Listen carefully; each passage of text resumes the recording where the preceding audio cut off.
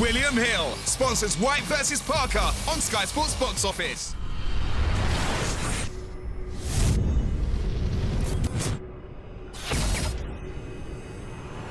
CASSIUS, IFL TV, MTK Global. I'm joined by David Haye.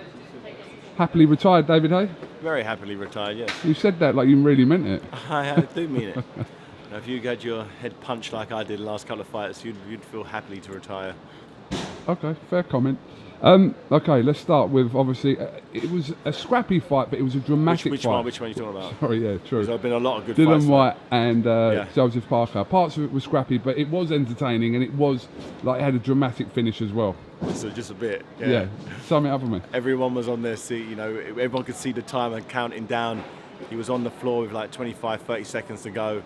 He gets up, and Joseph Parker really rallied strong, came down the finishing line like a trooper, but it wasn't enough. You know, the right man won on the night.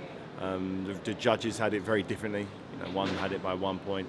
I know the radio had it even. I didn't see it that way personally, but it was a great fight. It was a good fight. You know, Joseph Parker's only 26 years old. He sort of seemed to run out of ideas in the middle rounds. He didn't know whether he was boxing, whether he was fighting, whether he was just moving, and nothing really was taking. But Dylan, to his credit, you know, he made that the case. Anytime they got close, he imposed his what seemed to be physical advantages. He was roughing him up. He was sticking his head in. He was forearming him. He was pushing over. He pushed the rules as far as you can without getting a point deducted. And I think that really sort of established his dominance over Joseph Parker. And it was a good tactic. It was a great tactic. And it gave the view from all the judges that Dylan Whyte was in charge. You know, even when he was hit with a shot, he would automatically come back. You know, Dylan, at very few stages, stayed on the ropes taking shots. First few rounds, he took a few, but he sort of rallied on, and he showed how world class he was. That left hook, he's got a counter catch, jab left hook. You know, the shot that he knocked out Brown with, the shot that he rocked AJ with, and the shot that he put down Parker with. Anybody who fights Dylan really needs to stay away from it, because it's a killer of a punch. And I think that's really set him up for some mega fights in the near future. David, what did you make of Dylan Whyte's comments towards you during fight week? I don't know. I've been in Italy. What did he say? I missed Oh, it. it's a bit awkward now then. No, go on. What did he say? Was he digging me? Was he want to fight me or something? No, he calls you a scumbag.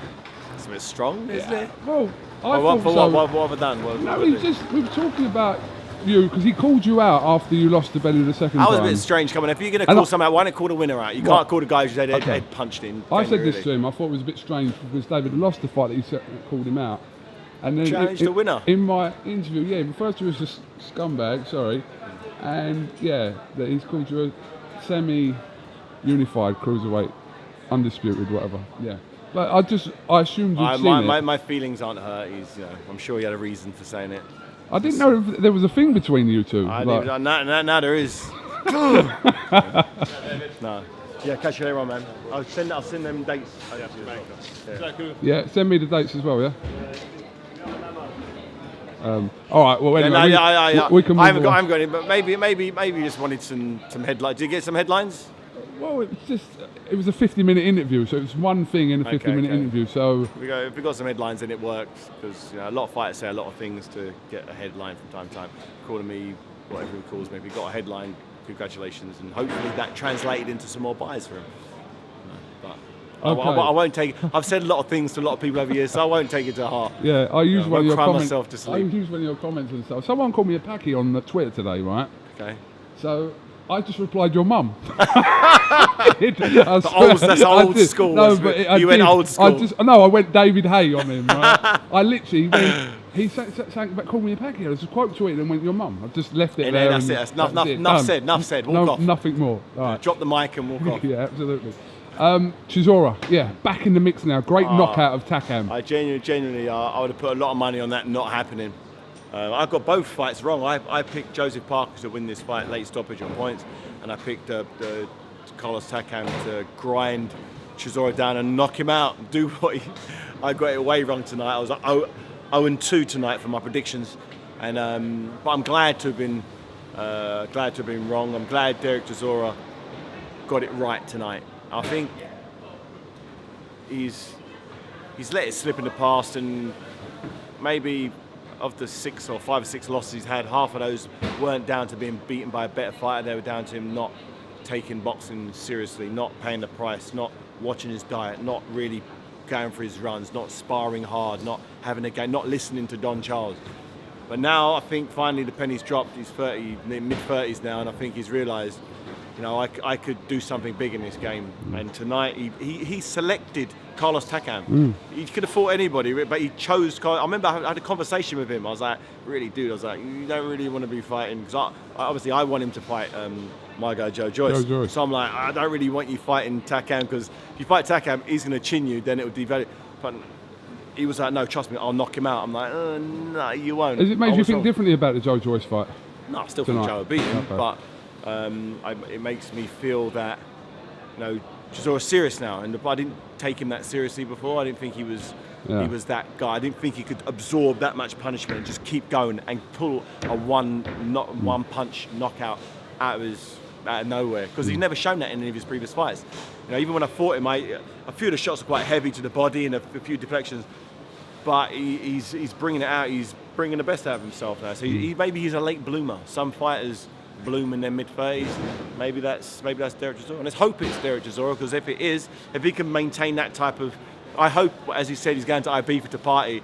Let's hope he doesn't party too hard, you know, because maybe that in the past, maybe too much partying, there's a reason why he's got a couple of L's on his record. Let's hope he does a couple of weeks in Ibiza and gets back in the gym, because his career, you know, he's maybe got, you know, 2, maybe hopefully 3 fights in him. He wants to be the best version of himself for those fights. So let's hope he doesn't enjoy this victory too much. Final one, obviously you were reunited with Tony Bellew tonight. I'm sure you two were getting on relatively well. You looked like it from the pictures we saw. No beef. Any beef we had was eradicated in this very arena on May 5th. So the beef is squashed. What do you think about this whole situation with Alexander Usyk? I think it's the biggest money fight for Usyk. You know, can he beat Usyk? Of course he can. You know, no one gave him a chance against me on both occasions. He was the underdog going into fights against me. He was the underdog going in fighting when he fought for the WBC title, and he's made a career of upsetting the apple cart. He really has. So once again, he'll be the underdog for this fight. But you know, I definitely feel that another late bloomer. Some people, as they get further on in their career, they figure it all out, and I think he's kind of figured it out like he didn't figure it out. Maybe he figured out as he's got older, the heavier he is, the better he is, because when he was at light heavyweight, he was a bit fragile. Maybe he was boiling too much weight down, but he's come on late in his career, and I think him and Usyk is a great fight. It's a huge fight. All right, a fight that he can genuinely win.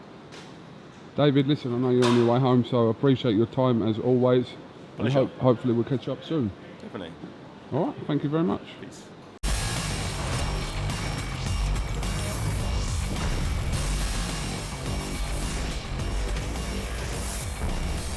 William Hill sponsors Whyte versus Parker on Sky Sports Box Office.